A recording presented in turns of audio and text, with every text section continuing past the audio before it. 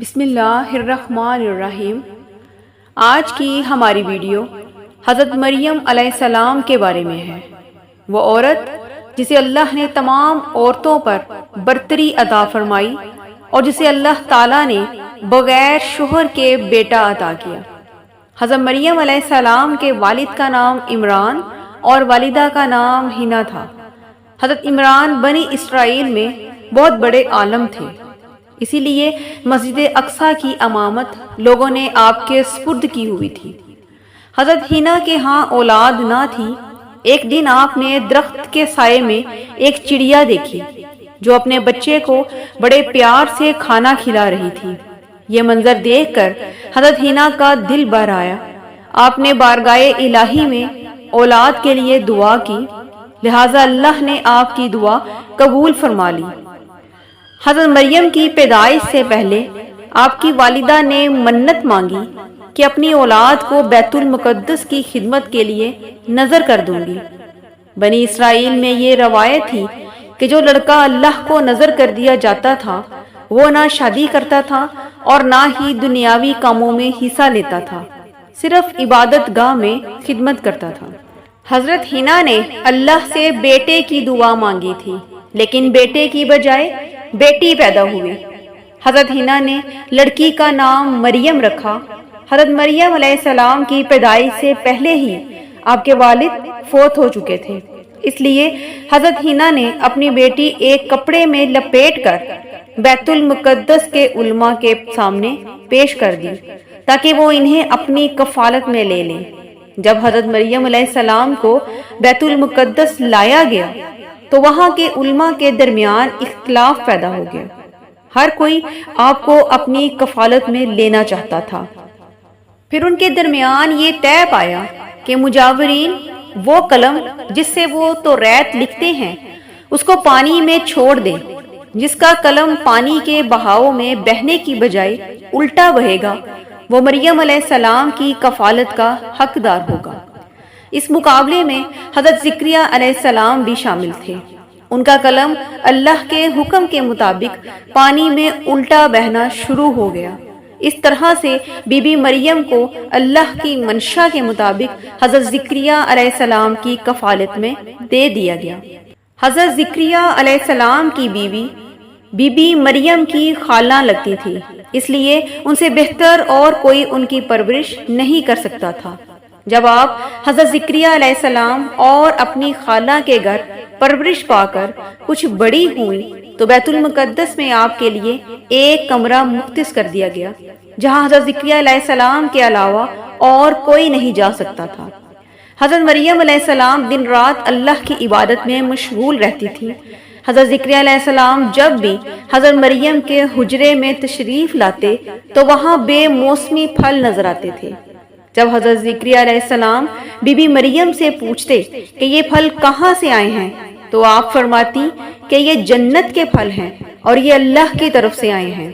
اللہ تعالیٰ نے حضرت مریم کو پسندیدہ اور مومنہ بندی میں شمار کیا تھا، یہاں تک کہ بنی اسرائیل میں یہ مشہور ہو گیا تھا کہ بی بی مریم نہایت عبادت گزار، پاکیزہ اور متقی خاتون ہیں اور لوگ آپ کی بے حد عزت کرنے لگے۔ پھر وہ وقت آیا جب حضرت جبرائیل علیہ السلام حضرت مریم کے پاس تشریف لائے۔ بی بی مریم ایک غیر مرد کو اپنے حجرے میں دیکھ کر پریشان ہو گئی۔ جب حضرت جبرائیل علیہ السلام انسانی شکل میں تشریف لائے تو بی بی مریم نے فرمایا کہ اگر تو کوئی خدا ترس انسان ہے تو تجھ سے خدائے رحمان کی پناہ مانگتی ہوں۔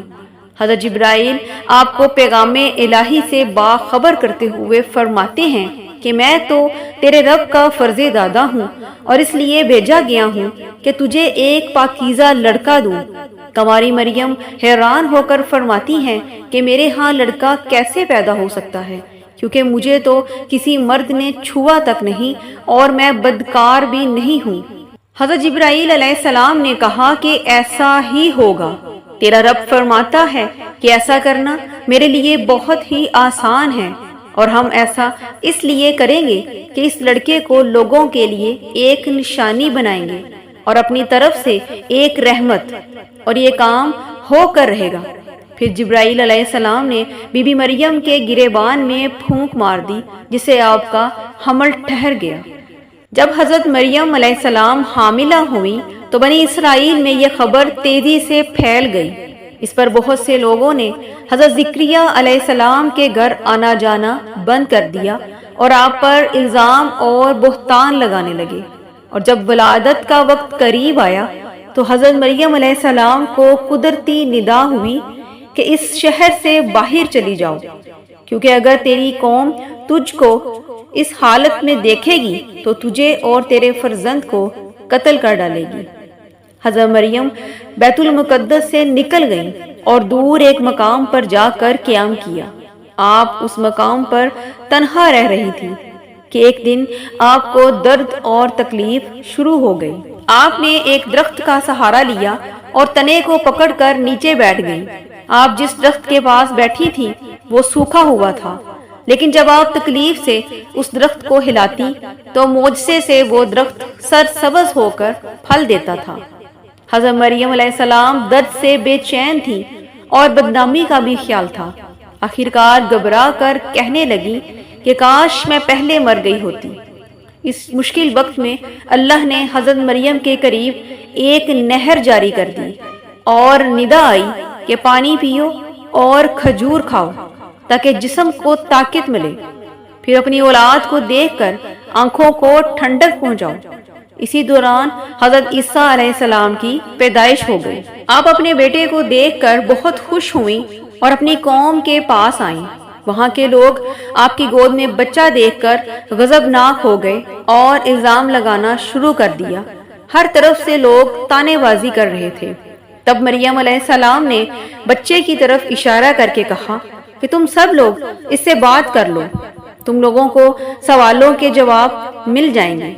کچھ سرکش لوگوں نے کہا کہ بھلا یہ دودھ پیتا ہوا بچہ ہمارے سوالوں کے جواب کیسے دے گا؟ یہ سنتے ہی بچے نے بولنا شروع کر دیا۔ اس بچے نے کہا، بے شک میں اللہ کا بندہ ہوں، مجھے اس نے کتاب دی ہے اور مجھے نبی بنایا ہے اور مجھے بابرکت بنایا ہے، جہاں کہیں ہوں، اور مجھے نماز اور زکوٰۃ کی وصیت کی ہے جب تک میں زندہ ہوں، اور اپنی ماں کے ساتھ نیکی کرنے والا ہوں۔ مجھے سرکش اور بدبخت نہیں بنایا، اور مجھ پر سلام ہے جس دن میں پیدا ہوا اور جس دن مروں گا اور جس دن زندہ کر کے اٹھایا جاؤں گا۔ جب لوگوں نے یہ معجزہ دیکھا تو سب کی زبانیں بند ہو گئیں۔ اس کے بعد حضرت مریم علیہ السلام حضرت عیسیٰ علیہ السلام کو لے کر چلی گئی۔ جب حضرت عیسیٰ علیہ السلام کی عمر مبارک 13 سال ہوئی تو بیت المقدس واپس آ گئی۔ مختلف روایاتوں میں ہے کہ اسلام کے علاوہ عیسائی بھی مریم علیہ السلام کو نہایت ہی احترام اور عقیدت کی نگاہ سے دیکھتے ہیں، اور آپ وہ واحد خاتون ہیں جن کا نام قرآن مجید میں درج ہے۔ ناظرین، اسی امید کے ساتھ اجازت دیں کہ آپ کو ہماری آج کی ویڈیو پسند آئی ہوگی۔ میری دعا ہے کہ اللہ تعالی ہم سب کو اپنے حفظ و امان میں رکھے۔ آمین ثم آمین۔